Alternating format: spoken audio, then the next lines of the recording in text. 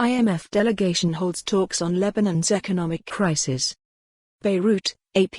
A delegation from the International Monetary Fund was in Lebanon on Thursday to assess what is needed to save the Mideast country's crumbling economy.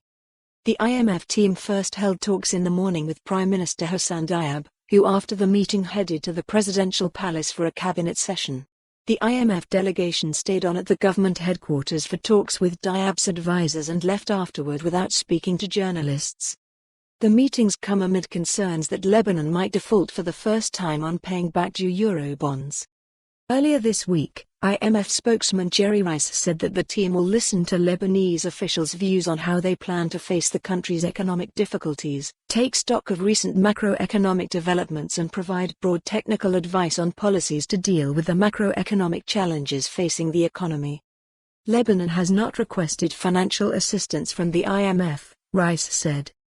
Lebanese Finance Minister Ghazi Wazni said in comments released by his office that the IMF delegation will discuss what advice it can give regarding a rescue plan that officials are preparing for the country. Lebanon has been suffering from slow growth, high unemployment and widespread corruption that have triggering nationwide protests against the political elite since mid-October.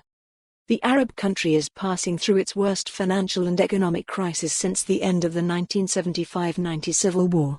The local currency has lost nearly 60% of its value on the black market.